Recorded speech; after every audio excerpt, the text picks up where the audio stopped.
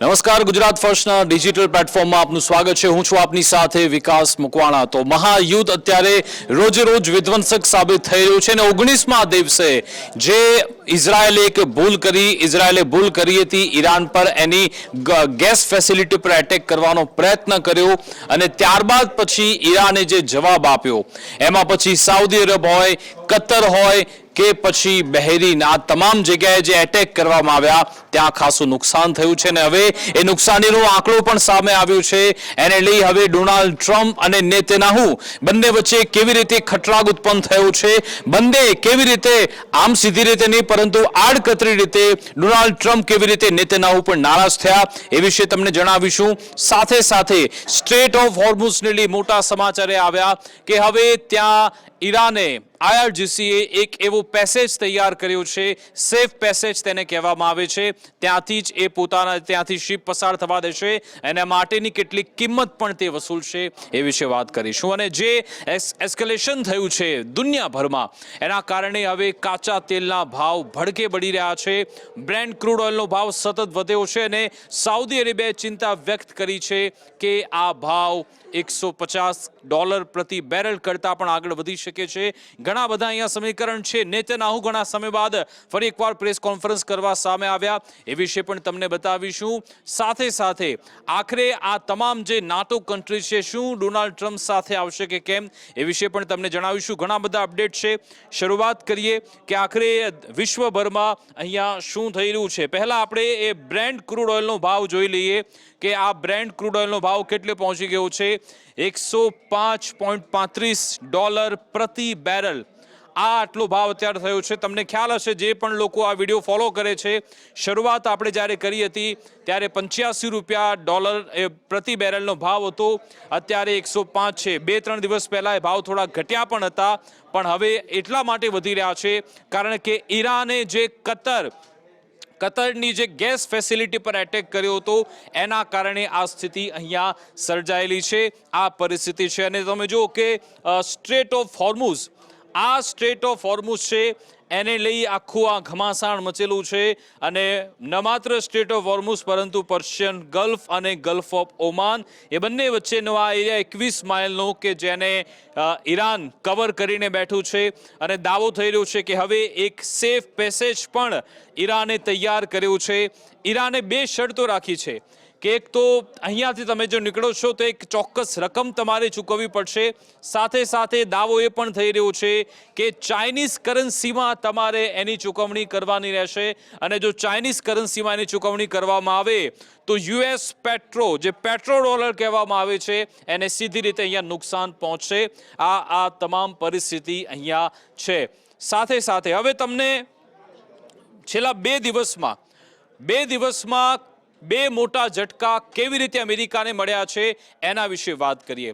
તમને ખ્યાલ હશે કે યુદ્ધની શરૂઆત થઈ ત્યારે દાવો થયો હતો કે અમેરિકાના ફાઇટર જેટ્સ ઈરાન તોડી રહ્યું છે અને એ પછી FC-35 હોય કે પછી એના મોટા જહાજો તોડી પાડવામાં આવ્યા. ગઈકાલે યુદ્ધમાં મોટો ટર્નિંગ પોઈન્ટ એ આવ્યો કે અમેરિકાનું સૌથી એક મોટું એવું વિમાન, એવું એરક્રાફ્ટ F-35 જેને IRGCએ તોડી પાડ્યું છે. જી હા, સ્ટીલ્થ વિમાન જે અમેરિકા દાવો કરે છે કે અમે કોઈને વેચતા પણ નથી અને આ એવી ટેકનોલોજી છે કે રડારમાં પણ આવતું નથી, ઇન્ટરસેપ્ટ થતું નથી, કોઈ એને તોડી શકતું નથી. Ground two air operation, air two air operation, તમામ ઓપરેશનમાં એ જોરદાર સફળતા મેળવે છે. પણ એ જ વિમાનને તોડી પાડવાનો દાવો થયો છે. તમે જુઓ, જોરદાર સંયોગ થયો હતો. ઓવલ ઓફિસમાં ડોનાલ્ડ ટ્રમ્પ પ્રેસ કરી રહ્યા હતા, એમની બાજુમાં જાપાનના પ્રધાનમંત્રી બેઠા હતા અને ટ્રમ્પ કહી રહ્યા છે in literally 2 weeks we have demolished Iran's navy and air force, all technology is gone, all communication is gone, all of their leaders are gone. Donald Trump અહીંયા શેખીએ મારી રહ્યા હતા કે એમની લીડરશિપ નથી રહી, એમની નેવી જતી રહી છે અને એરફોર્સ પણ નથી, ટેકનોલોજી પણ નથી અને કોમ્યુનિકેશન બંધ થઈ ગયા છે. અને જોગાનો જોગ સંયોગ તમે જુઓ કે ખામેનીનું જે એક ટ્વિટર હેન્ડલ છે એના પરથી જ એક ટ્વીટ કરવામાં આવે છે. એ ટ્વીટ હું તમને બતાવીશ કે જે F-35 કે જે ક્રેશ થઈ ગયું છે એ દાવો કરવામાં આવ્યો હતો. અને સાથે સાથે તમે જુઓ કે એક એને તરત એક મીમ વિડીયો પણ બનાવી દેવામાં આવ્યો કે હવામાં F-35 જઈ રહ્યું છે અને સામે પછી ઈરાનની મિસાઇલ આવે અને F-35 ક્રેશ થઈ જાય. આ રીતનો એક વિમાનનો એક વિડીયો બનાવવામાં આવ્યો. F-35 જઈ રહ્યું છે અને તમે જો સેઝલ મિસાઇલ આવી અને પછી F-35 એ પ્લેન ક્રેશ થઈ જાય છે. આ અને લઈ જોરદાર ચર્ચા દુનિયાભરમાં થઈ છે કે શું આ એવી મિસાઇલો ઈરાને તૈયાર કરી છે કે જે અમેરિકાના ફાઇટર જેટ અને F-35 જેવા જેટ એ પણ તોડી પાડે છે. આ જોરદાર સંયોગ થયો હતો ગઈકાલે. તમે જુઓ કે ડોનાલ્ડ ટ્રમ્પે જાપાનના પ્રધાનમંત્રીની સાથે બેસીને વાત કરી રહ્યા હતા કે એના તમામ જે નેવી હોય ટેકનોલોજી 2 વીકમાં પૂર્ણ થઈ ગઈ છે. પણ તમે જુઓ કે F-35 ક્રેશ થયાના સમાચાર આવ્યા હતા. એની સાથે સાથે બીજા સૌથી મહત્વની બાબત એ કે નેતન્યાહુ ગઈકાલે પ્રેસ કોન્ફરન્સ એમણે કરી ઘણા સમય બાદ અને એમણે વાત કરી કે હું જીવિત છું, તમારી સાથે વાતચીત કરી રહ્યો છું. પણ જ્યારે પ્રેસ કોન્ફરન્સ શરૂ થઈ એ પહેલા જે મેસેજ એક આપવામાં આવ્યો હતો એને લઈને પણ જોરદાર ચર્ચા થઈ રહી છે. તમે સાંભળો, જ્યારે પ્રેસ કોન્ફરન્સ શરૂ થાય ત્યારે શું કહેવામાં આવે છે.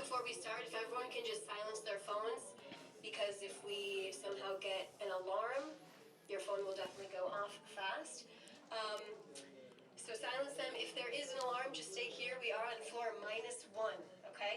So this is a safe place to be.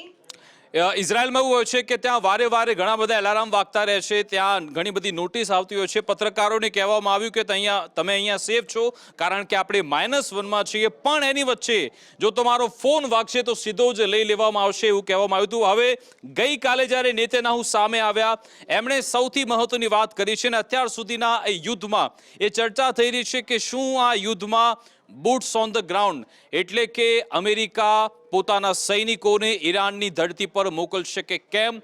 ગઈકાલે જ આ બે સ્પષ્ટતા સામે આવી. એક બાજુ નેતન્યાહુ કહે છે કે બૂટ્સ ઓન ધ ગ્રાઉન્ડ એટલે સૈનિકોને ત્યાં મોકલવા જરૂરી છે.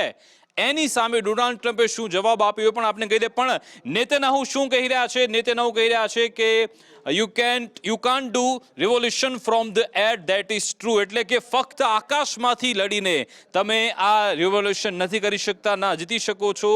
દેર has to be ground component, there are many possibilities for this ground component. એટલે નેતન્યાહુ કહી રહ્યા છે કે આપણે ફક્ત આકાશમાં રહીને જ આ યુદ્ધ નથી જીતી શકતા. આપણે ત્યાં અમેરિકાની જે આપણી જે ટુકડી છે ને સાથે અમેરિકાની ટુકડી એને ઈરાનમાં મોકલવી પડશે એ રીતની વાત કરાવી. પણ એની સાથે સાથે ડોનાલ્ડ ટ્રમ્પે આ દાવો નકારી દીધો છે. ડોનાલ્ડ ટ્રમ્પને જ્યારે પૂછવામાં આવ્યું હતું કે શું તમે અહીંયા પોતાના સૈનિકો અહીંયા મોકલશો કે કેમ, તો એમણે કહ્યું છે કે હું અહીંયા કોઈ સૈનિકો મોકલવા નથી માંગતો. આ બધાની વચ્ચે તમને ખ્યાલ હશે કે ઇઝરાયેલે જે એટેક કર્યો હતો ઈરાનની જે ગેસ ફેસિલિટી છે, સાઉથ પાર્સ કહેવામાં આવે છે કે જ્યાંથી આખું જે ઈરાનનું ડોમેસ્ટિક ગેસ કન્ઝપ્શન જે ત્યાંથી થતો હશે, ત્યાંથી જે ગેસ એનું પ્રોડ્યુસ થાય ને પછી એને લઈ જવામાં આવે છે. ને પેરેલલ એ કતર સાથે પણ એમાં નોર્થ જે ડોમ છે ત્યાં કામગીરી કરવામાં આવે છે ને ત્યાં ઇઝરાયેલે એટેક કરી નાખ્યો. અને પહેલાથી જ ઈરાન તરફથી કહેવામાં આવ્યું હતું કે જો તમે અમારી ઓઇલ ગેસ ફેસિલિટીઝ પર એટેક કર્યો તો અમે પછી સામે વળતો પ્રહાર કરીશું. અને ઈરાને કેવી રીતે કામગીરી કરી તમે જુઓ કે ઈરાન પહેલાં તો ચેતવણી આપે છે. એણે પહેલાં બપોરે જ ચેતવણી આપી હતી. Saudi Arabia, Qatar, Jordan, Bahrain તમામ જગ્યાએ ચેતવણી આપી હતી કે અમે એટેક કરીશું, પિન પોઈન્ટ એટેક કરીશું ને તમે ત્યાંથી એરિયા ખાલી કરી દો. અને પછી એ એટેક થાય પણ છે એટલે ત્યાં રહેલી ડિફેન્સ સિસ્ટમ કોઈ કામમાં ના આવી અને કેટલું નુકસાન થયું છે એ તમે જુઓ. એ નુકસાનીના જે આંકડા છે એ પણ તમને બતાવીશું અને એ આંકડા કતાર તરફથી જ કન્ફર્મ કરવામાં આવ્યા છે. કતાર તરફથી એવું કહેવામાં આવ્યું, એમના જે સ્ટેટમેન્ટ છે એ વિશે હું તમને બતાવું. પણ કતારના જે એનર્જીનું જે આખું ડિપાર્ટમેન્ટ સંભાળતા હોય છે એમના તરફથી સ્ટેટમેન્ટ એવું આપવામાં આવ્યું હતું કે ટોટલ 70% જેટલું પ્રોડક્શન અમારું અહીંયા અટકી ગયું છે. કતાર તરફથી આ કહેવામાં આવ્યું છે કે જે એનર્જી ફેસિલિટી પર એટેક થયો એના કારણે પ્રોડક્શન સતત અટક્યું છે. જે અમારી કેપેસિટી હતી એમાં 70%નું નુકસાન થયું અને સાથે સાથે મોટો દાવો એમણે એમ કર્યો કે જો આ જે અહીંયા નુકસાન થયું છે એની ભરપાઈ કરવામાં 4 થી 5 વર્ષનો સમય લાગી શકે છે. 4 થી 5 વર્ષ એમાં જતા રહેશે એની ભરપાઈ કરવામાં. અને પાછું ઈરાન તરફથી એ પણ કહી દેવામાં આવ્યું કે તમે સામેથી જે અમને કહેવામાં આવ્યું છે કે હવે આમાં શાંતિ જોઈએ છે અથવા તો અમારા પર જે એટેક કરવામાં આવ્યો હતો એનું એક નાનકડું આ પરિણામ છે. જો અમારા પર આગળ પણ આવા હુમલા ચાલુ રહ્યા તો પછી અમે તબાહી મચાવીશું, એ પણ ઈરાને અહીંયા બતાવી દીધું છે. આ બધાની વચ્ચે પર્લ હાર્બરની ચર્ચા ગઈકાલે ખૂબ થઈ હતી. પર્લ હાર્બર તમને ખબર હશે કે બીજા વિશ્વયુદ્ધનો ટર્નિંગ પોઈન્ટ હતો કે જ્યારે જાપાન બીજા વિશ્વયુદ્ધમાં જોડાયું.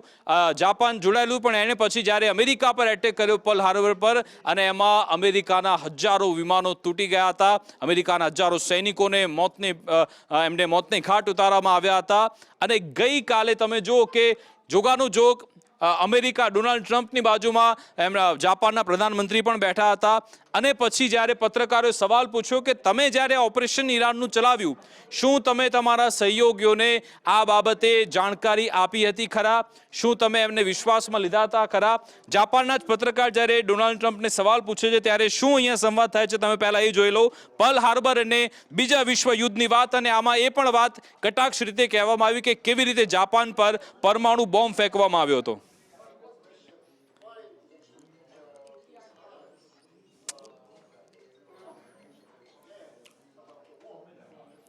તમે યુદ્ધની જાણકારી કેમ, આ પત્રકાર પૂછી રહ્યા છે કે તમે કેમ એની જાણકારી અન્ય તમારા સહયોગી દેશોને ના આપી? તો અમે એકલા જ ગયા હતા, ટ્રમ્પ કહી રહ્યા છે.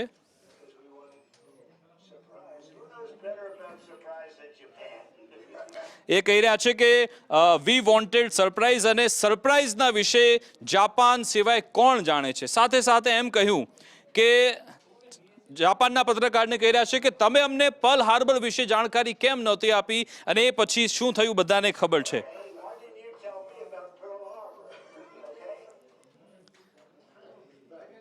અને જ્યારે પર્લ હાર્બરની વાત કરવામાં આવે ત્યારે જાપાનના પ્રધાનમંત્રી બાજુમાં જ બેઠા છે અને એમના ફેસના એક્સપ્રેશનથી ખબર પડે છે કે આખરે ડોનાલ્ડ ટ્રમ્પ ત્યાં બેઠા એ બીજા વિશ્વયુદ્ધની યાદ અપાવી દીધી અને કેવી રીતે અમેરિકાએ જાપાન પર એટેક કર્યો હતો એની વાત કરવામાં આવી છે. અને આ સાથે સાથે જ્યારે હવે સાઉદી અરેબિયાના આપણે જોયું હતું કે અરામકો પર પણ એટેક કરવામાં આવ્યો હતો, ત્યારે સાઉદી અરેબિયા શું આમાં કોઈ હવે પોતાના મિલિટરી પાવર બતાવશે કે કેમ? અને આપને ખબર છે પાકિસ્તાન અને સાઉદી અરેબિયા બંને વચ્ચે પણ કરાર થયેલા છે કે જો પાકિસ્તાન પર એટેક થાય અથવા તો સાઉદી અરેબિયા બંનેમાંથી કોઈ એક પર એટેક થાય, બંને દેશ પર હુમલો ગણવામાં આવશે. અને આપણે જોયું કે આ હમણાં થોડા સમયમાં પાકિસ્તાન પર પણ એટેક થયો છે, સાઉદી અરેબિયા પણ થયો છે, પણ આ બંનેમાંથી કોઈ બોલવા તૈયાર નથી. પણ એવું કહેવામાં આવી રહ્યું છે કે હવે આ કરારને એક્ટિવ કરવામાં આવશે. સાઉદી અરેબિયાએ પોતાની જે મિલિટરી પાવર છે એને બતાવતો એક વિડીયો રિલીઝ કર્યો છે. સાઉદી અરેબિયાનો વિડીયો છે, તમે જુઓ કે અમારી પાસે જંગી જહાજ પણ છે, અમારી જોડે એ મિલિટરી કેપેસિટી પણ છે. કહેવામાં આવે છે કે સારા એરક્રાફ્ટ પણ એ ટેકનોલોજી અમારી જોડે છે. આ વિડીયો સાઉદી અરેબિયા તરફથી રિલીઝ કરવામાં આવ્યો છે. જો તમે હેલિકોપ્ટર, મિસાઇલ્સ, આ તમામ કેપેસિટી અમારી જોડે છે. લોંગ રેન્જની મિસાઇલ પણ સાઉદી અરેબિયા સામે ફેંકી શકે છે. તમામ એ મિલિટરી પાવર સાઉદી અરેબિયા પોતાનો બતાવી રહ્યું છે. આ વિડીયોના માધ્યમથી સાઉદી અરેબિયાએ એ બતાવ્યું કે અમે પણ સામે એવા એટેક કરવામાં સક્ષમ છીએ અને પ્રયત્ન પણ થઈ રહ્યો છે કે કદાચ એવું થઈ શકે. અને ઘણા સમયથી મોજતુબા ખામેની ક્યાં છે એની ચર્ચા થઈ રહી છે. જો કે ઈરાની મીડિયા તરફથી એક પહેલો વિડીયો રિલીઝ કરવામાં આવ્યો જેમાં મોજતુબા ખામેની દેખાઈ રહ્યા છે. મોજતુબા ખામેનીનો આ વિડીયો રિલીઝ કર્યો છે. ઈરાનનું જે સ્ટેટ ટેલિવિઝન છે એમાં આ વિડીયો રિલીઝ થયો, જેમાં મોજતુબા ખામેની બેઠા છે, કેટલાક લોકો સાથે વાર્તાલાપ કરી રહ્યા છે, તેમને સંદેશ આપી રહ્યા છે. આ વિડીયો મોજતુબા ખામેનીનો ઘણા સમય બાદ ઈરાની મીડિયા પર એને ટેલિવિઝન પર પ્રસારિત કરવામાં આવ્યો છે. સાથે સાથે તમે જુઓ કે ત્યાં ઘણા બધા લોકો બેઠા છે. હવે આ વિડીયો ક્યારનો છે એના વિશે કોઈ જાણકારી નથી, પણ એક આ વિડીયો રિલીઝ કરવામાં આવ્યો છે. પણ હવે પછીના તમે જોશો કે જે આ વિઝ્યુઅલ છે અમેરિકન સંસદના, અને અમેરિકન સંસદમાં કેવી રીતે તમે જુઓ કે મોટા મોટા અધિકારીઓને સવાલ પૂછવામાં આવે છે અને એમને જવાબ પણ આપવા પડે છે. આ તમે જુઓ કે આખરે અમેરિકાએ આ યુદ્ધમાંથી પાછળ હટવું જોઈએ કે કેમ, અથવા તો જે મદદ માંગવામાં આવી છે $200 બિલિયન ઇશ્યુ અમેરિકાને મળવી જોઈએ કે કેમ, એને લઈ અમેરિકામાં જોરદાર ચર્ચા ચાલી રહી છે. પરંતુ તુલસી ગબાર્ડ કે જે FBI, CIA તમામના વડા છે, ઇન્ટેલિજન્સ ઓફિસર છે, એમને સવાલ પૂછવામાં આવ્યો હતો અને ત્યાંના સાંસદો કેવી રીતે તુલસી ગબાર્ડને ઘેરી રહ્યા છે તમે સાંભળો. Agency department to assess the views of Iranian leadership, their policy beliefs and policy positions, correct? Yes. That includes now deceased Ali Khamenei of Iran, correct? Yes. And the now leader, his son Mujtaba Khamenei, correct? Yes. The son is considered more of a hardliner than his father. Mojtaba Khamenei hardliner ધરાવનાર વ્યક્તિ છે. શું વાત સાચી છે? તો પછી તુલસી ગબાર્ડ કહી રહ્યા છે હા વાત સાચી છે. Yes. So hardline that even some of Iran's leaders thought he was too aggressive. Isn't that correct? That is the intelligence community assessment, yes. Mujtaba, the son, is particularly close to the brutal Islamic Revolutionary Guard Corps and their most hardline commanders, correct? That is the intelligence community assessment. He was involved in ordering violent crackdowns on Iranian protesters, including their murder, correct? Yes. And we don't know if the son will continue his father's religious ban on developing nuclear weapons. Is that It correct? is unknown at this time. It is your job and the job of your agency તમારી જવાબદારી આમાં છે ને તમે એમાં નિષ્ફળ ગયા છો, સીધી રીતે એમને કહેવામાં આવે છે. જેસોન ક્રોએ આ સવાલ પૂછ્યા હતા અને અહીંયાથી જે તમે નિર્ણય લીધો છે એના કારણે ઉપરથી ઓર હાર્ડલાઇન ધરાવનાર વ્યક્તિત્વ ઈરાનમાં આવી ગયા છે. અમેરિકાની સંસદમાં તેની ચર્ચા કરવામાં આવી હતી અને સાથે સાથે તમે જુઓ કે ગઈકાલે આ તમામ સંવાદ અમેરિકાની એ સંસદમાં થયો હતો.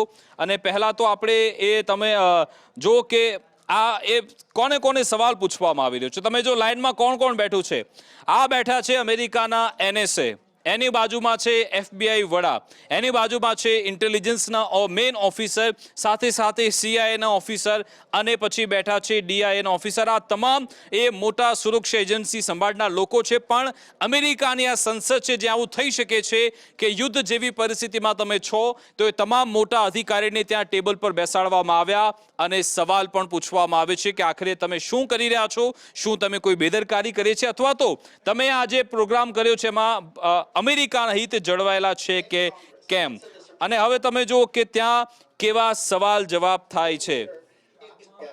Director Gabbard, last year you testified that Iran was not building a nuclear weapon. Do you stand by that statement? હકીકતમાં એમને સવાલ એ પૂછવામાં આવ્યો હતો. તુલસી ગબાર્ડ એક વર્ષ પહેલા એમણે પોતે સ્ટેટમેન્ટ આપ્યું હતું કે ઈરાન કોઈ ખતરો નથી આપણા માટે. સાથે એમ પણ કહ્યું ઈરાન ન્યુક્લિયર વેપન નથી બનાવી રહ્યું. આ પોતાના શબ્દો હતા તુલસી ગબાર્ડના. તો હવે સંસદમાં પૂછવામાં આવી રહ્યું છે કે જો ઈરાન ન્યુક્લિયર વેપન નથી બનાવી રહ્યું તો આપણે કેમ એમના પર એટેક કરી રહ્યા છે. એ જ સવાલ પૂછવામાં આવ્યો મિસ્ટર ગોમેઝ તરફથી તુલસી ગબાર્ડને જ. Yes or no? Context matters with that Yes or no? statement. Iran had all of I the reclaim my materials time. and I reclaim my capabilities to time. do so. Mr. Chairman, I reclaim my time. It's an easy answer. You either stand by what you said last year or not. It is a serious question that requires તો આ સવાલનો જવાબ તુલસી ગબાર્ડ આપી જ નથી શકતા. એમને કહેવામાં આવ્યું તમે ફક્ત હા કે નામાં જવાબ આપો. શું તમે માનો છો ઈરાન પાસે ન્યુક્લિયર વેપન છે કે કેમ? તો તુલસી ગબાર્ડ કોઈ જવાબ નથી આપી શકતા. I reclaim my time. I reclaim my time. Did you? When President Trump was asked about your testimony, he said you were wrong. Were you lying or not? I stand by the intelligence Great. community's With that, complete assessment. Director Radcliffe, when it came to the director's testimony, she said that Iran was not building a nuclear weapon last spring in Congress, and so the Supreme Leader has not authorized the nuclear weapons program. Do you agree with what she said or not? Yes or no? The director's right here. She can speak for herself. Oh, so તો સીઆઈએને પણ પૂછવામાં આવ્યું કે શું last year સંસદમાં જ્યારે સવાલ પૂછવામાં આવ્યો તો ટેસ્ટિમોની થઈ હતી ત્યારે તો તુલસી ગબાર્ડ કહી રહ્યા હતા કે ના કોઈ ન્યુક્લિયર વેપન છે ના ઈરાન થ્રેટ છે તો હવે કેમ આ હુમલો કરવામાં આવ્યો સીઆઈએના ડિરેક્ટર પણ કોઈ જવાબ નથી આપી શકતા એ કહી રહ્યા છે કે તુલસી ગબાર્ડ આ બાબતે જવાબ આપી શકે છે અમારે કશું જ કહેવું નથી. briefing. Let's move on. Trump also said he didn't care what you thought or said. Should he care about what you have to say when it comes to intelligence? I continue to provide the president with the intelligence community's assessments on all matters.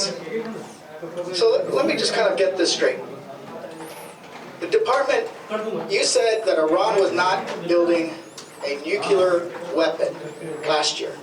President Trump said he didn't care what you thought, and you were wrong. They engaged in Operation Midnight Hammer. He then says it was obliterated. We hear later reports that, in open source reporting, that it was only set back by a few months. Then at the beginning of this war, he said that they were weeks away. I just want to kind of get a sense. Were they weeks away of achieving a nuclear weapon? Yes or no? Congressman, this is a serious matter, and you've made some Yes, very sir. serious તો American સંસદમાં એમને પૂછવામાં આવ્યું કે શું Iran ફક્ત એક week જ દૂર એક સપ્તાહ દૂર છે ન્યુક્લિયર વેપન બનાવવામાં શું એની કોઈ માહિતી છે આપણી પાસે એ વિશે પણ તુલસી ગબાર્ડ કંઈ પણ આપી નિવેદન નથી આપી શકતા. Yes or no? disservice to you and the American people to answer this Reclaiming my question time, with a mere yes or reclaiming my no. time, were they weeks away or not? The American people need to know if this was an imminent threat or not. If there અમેરિકાના નાગરિકોને જાણવાનો હક છે કે એ ખતરો છે કે કેમ. was this dodging, were they an imminent threat? Yesterday you said that only the president, the only person who can determine what is an imminent threat is the president of the United States. Do you stand by that statement? Yes, I do. Director Ratcliffe, do you agree with that assessment? That the president is the only person that can determine if something is an imminent threat or not? The president's commander-in-chief gets to make a decision about what's an imminent threat. The intelligence So now- community, well, the intelligence... Reclaim my time. The Is intelligence... it? I reclaim my time. intelligence community is Reclaim my providing time. a body of Reclaim intelligence my time. that Here's the supports reason why the is decision. that if the president can determine and ignore what you're doing, why do you guys even have a job? Why do you even advise him? So you're saying tomorrow the president of the United States can say China is an imminent threat. તો આ ખૂબ જ મહત્વની વાત કહેવામાં આવી સંસદમાં કહેવામાં આવ્યું તમામ ઇન્ટેલિજન્સના અધિકારીઓને કે ગઈકાલે ડોનાલ્ડ ટ્રમ્પ એમ કહેશે કે અમને ચાઇનાથી પણ ખતરો છે શું તમે ચાઇનામાં યુદ્ધ લડવા માટે જશો કે કેમ જો તમારી પાસે કોઈ ડેટા છે જ નહીં તો પછી યુદ્ધમાં કેમ ગયા એ અહીંયા પૂછવામાં આવે છે. No matter what the intelligence says, he can take his own action. So that's what you're basically saying. Okay, let's go on. Director Gabbard, you said that North Korea has intercontinental ballistic, હવે north કોરિયાની વાત થઈ રહી છે. yet the Defense Department said that Iran was at least 10 years away from achieving an intercontinental ballistic missile that can reach the homeland. Which one is a more serious threat? તો અહીંયા એ વાત કરવામાં આવી છે કે તુલસી ગબાર્ડ ગઈકાલે 2 દિવસ પહેલા તુલસી ગબાર્ડે પ્રેસ કરી હતી અને કહ્યું હતું કે નોર્થ કોરિયા પણ અમારા માટે હોમલેન્ડ માટે અહીંયા એક મોટો ખતરો છે કેમ કારણ કે એમણે ઇન્ટરકોન્ટિનેન્ટલ મિસાઇલ બનાવી દીધી છે. તો અહીંયા એ સવાલ પૂછવામાં આવ્યો તુલસી ગબાર્ડને કે તમે તો કહી રહ્યા છો કે ઈરાન તો આ મિસાઇલ બનાવવામાં હજુ 10 વર્ષ પાછળ છે તો પછી ઉત્તર કોરિયા ખતરો છે તમારા માટે કે ઈરાન આ એક સ્ટ્રેટેજિક સવાલ પણ અહીંયા પૂછવામાં આવ્યો હતો જો કે એ બાબતે પણ કોઈ જવાબ તુલસી ગબાર્ડ નહોતા આપી શક્યા. Taken within the context of તો આ રીતના સવાલ જવાબ યુએસની કોંગ્રેસમાં થયા અને હજુ પણ ચાલી રહ્યું છે એટલા માટે કારણ કે અમેરિકા પાસે $200 બિલિયન અત્યારે માંગ થઈ રહી છે આ યુદ્ધમાં લડવા માટે અને હું હમણાં જે વાત કરી રહ્યો હતો કે કતાર એનર્જીના સીઈઓ છે એમણે પોતે કન્ફર્મ કર્યું Iran's attack on Qatar have damage facilities that produce 70% of the company's liquefied natural gas export capacity and it will take 3 to 5 years to repair them. એ પોતે કહી રહ્યા છે કે 5 થી 10 વર્ષ લાગશે અને આપણે એ પણ જાણવું જોઈએ કે ભારત સૌથી વધારે ગેસ આપણે કતરથી જ મંગાવીએ છીએ અને ત્યાં આટલી મોટી ખાના ખરાબી થઈ છે પણ અહીંયા કોઈ હથિયાર મૂકવા અત્યારે તૈયાર નથી. ના ઈરાન રોકાવા તૈયાર છે, ના ઇઝરાયલ અમેરિકા રોકાવા તૈયાર છે. ઈરાનનું કહેવું છે કે અમને જેટલું અહીંયા નુકસાન થયું છે એનું વળતર મળી જવું જોઈએ અને સાથે સાથે એક એવી ગેરંટી આપવામાં આવે કે ફ્યુચરમાં પણ અમારા પર કોઈ એટેક નહીં થાય.